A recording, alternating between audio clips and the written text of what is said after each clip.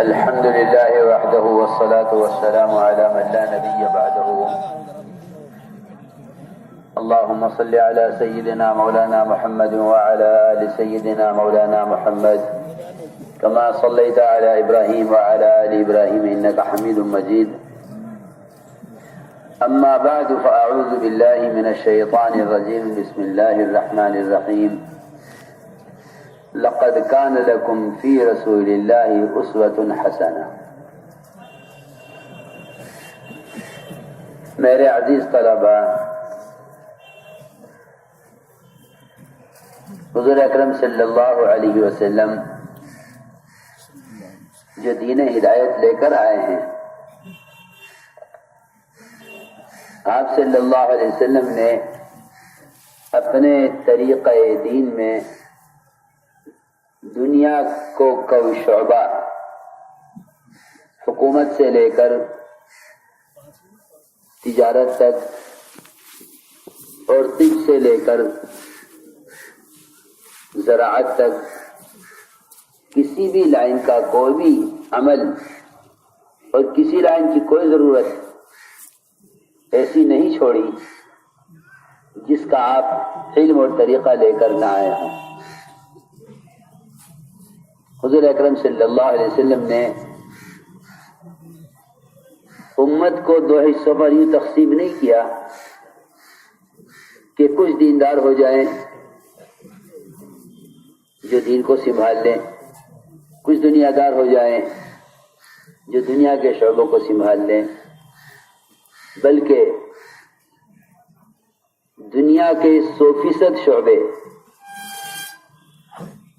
چاہے وہ شعبہ تجارت کا ہو یا زراعت کا ہو یا وہ طب کا ہو یا وہ مختلف چیزوں میں ریسرچ کرنے اور تحقیقات کے کرنے کا ہو، حضور اکرم صلی اللہ علیہ وسلم ہر لائن کا مکمل علم، ہر لائن میں چلنے کا مکمل طریقہ اس امت کو دے کر گئے ہیں. یہ تو جہالت ہماری ہے کہ ہم اپنی زندگی کے بارے میں فیصلہ کرتے ہیں کہ اگر علم دین حاصل کرنا ہے تو ایسا بن کر رہنا ہوگا، اور اگر دنیا پڑھنی ہے تو ایسا بن کر رہنا ہوگا.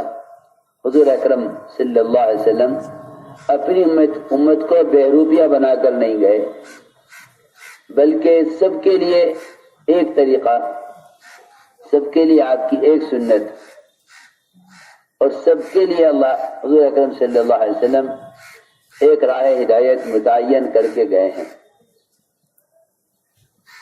دنیا کے فنون کے حاصل کرنے کا مطلب یہ نہیں کہ اللہ کے رسول کے دشمنوں کی طرح بن کر رہو.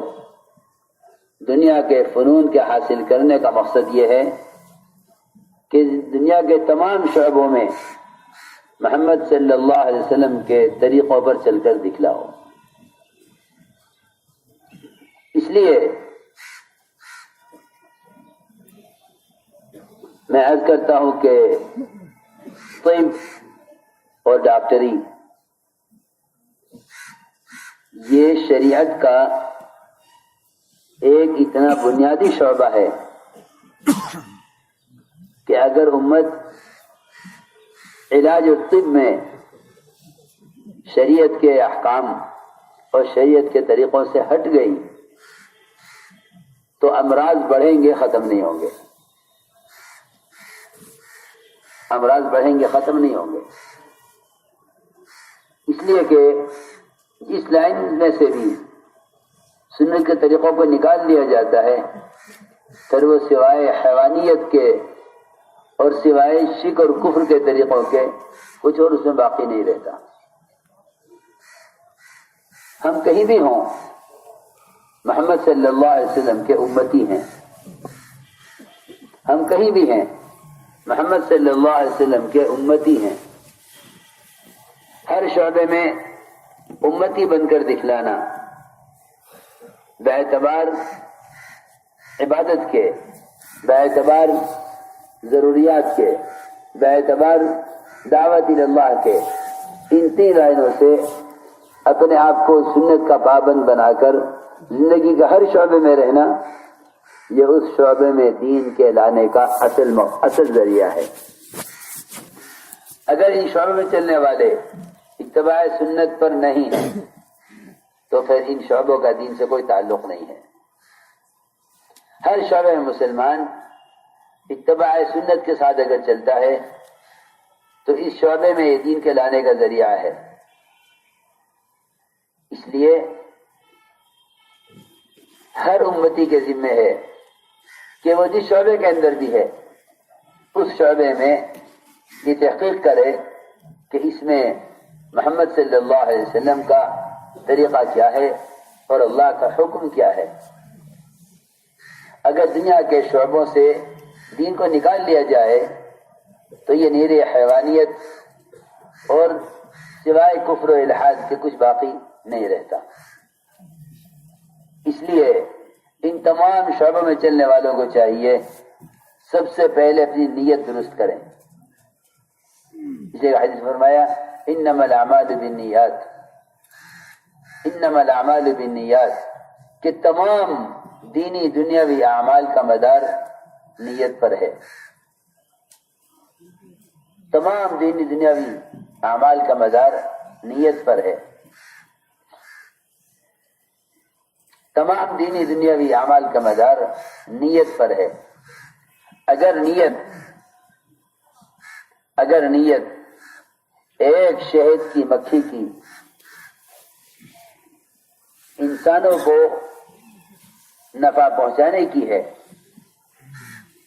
اور انسانوں کے شفا کی ہے تو اللہ رب العزت ایک انتہائی کمزور، انتہائی حقیر، انتہائی چھوٹی مخلوق سے امت کی شفا کا سامان تیار کراتے ہیں، اور اتنا ہی نہیں بلکہ اللہ تعالیٰ اس کو الہام کرتے ہیں۔ اللہ نے تو قرآن میں وحی کا لفظ استعمال کیا ہے اس مکھی کے لیے جو لوگوں کے لیے شفا کا ذریعہ بنے۔ اللہ نے اس کے لیے وحی کا لفظ استعمال کیا ہے، لیکن یہاں وحی کا مطلب انبیاء والی وحی نہیں ہے۔ انبیاء علیہ السلام انسانوں کی آخرت اور دین کے بننے کا سامان لے کر آتے ہیں، اللہ تعالیٰ انہیں اپنے احکام کی وحی کرتے ہیں۔ ایک شہد کی مکھی وہ انسانوں کی شفا اور ان کے لیے ایک نفع دینے والی چیز شہد تیار کرتی ہے، اللہ تعالیٰ اس کو بھی وحی فرماتے ہیں، مگر اس کو الہام کہتے ہیں کہ اسے کہاں کہاں سے رس چوسنا ہے، کن کن درختوں سے، کن کن پھلوں سے، کن کن جڑی بوٹیوں سے اسے رس چوس کر یہ شہد تیار کرنا ہے۔ سنو غور سے، جب انسانوں کی نفع رسانی کے لیے ایک شہد کی مکھی کو کے اس ارادے پر